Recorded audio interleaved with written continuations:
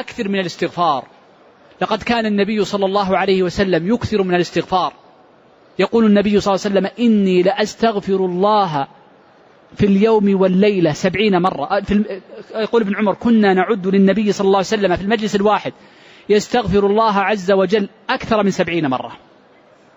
ولذلك جاء عن أبي بكر الصديق عن أبي هريرة رضي الله عنه لما نقل ذلك عن النبي صلى الله عليه وسلم قال: فإني لأستغفر الله في اليوم أكثر من 1000 مرة. فكلما عظم ذنب المرء احتاج للاستغفار أكثر، ونحن أحوج الناس للاستغفار. وقد جاء عن عمر بن عبد العزيز رضي الله عنه أنه كان يكتب للأمصار في آخر رمضان: اختموا رمضان بالاستغفار. إذن أكثر في هذه الأيام في الاستغفار. لما؟ أولا لكي لا تعجب بعملك.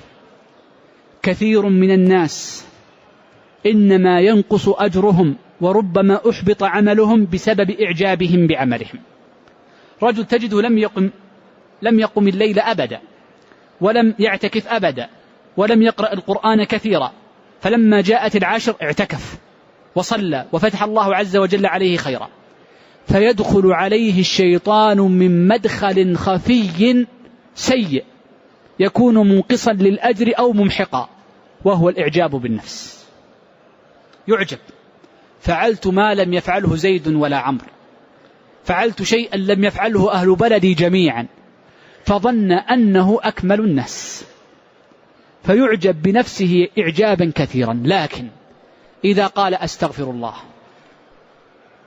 ليس بلسانه وإنما بقلبه، تذكر أنه لا بد في عمله من نقص، وأنه مهما أحسن فإن له نقصا قبل ونقصا بعد ونقصا أثناء العمل.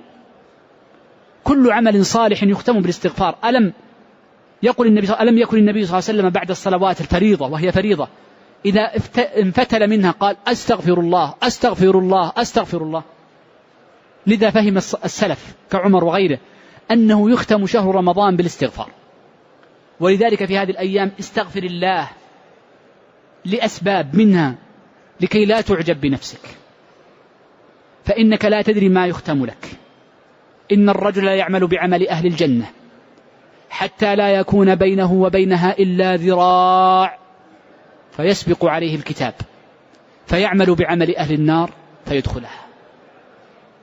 إن من الناس من اجتهد أكثر من اجتهادك، صلى أكثر من صلاتك، حفظ أكثر مما تحفظ، أوتي من العلم كرجل بني إسرائيل أكثر مما أوتيت، أوتي من العبادة أكثر مما أوتيت، لكن لم يربط الله على قلبه، لم يدعو بقول الله عز وجل: اللهم يا مقلب القلوب والأبصار ثبت قلبي على دينك، اللهم يا مقلب القلوب والأبصار قلب قلبي على طاعتك.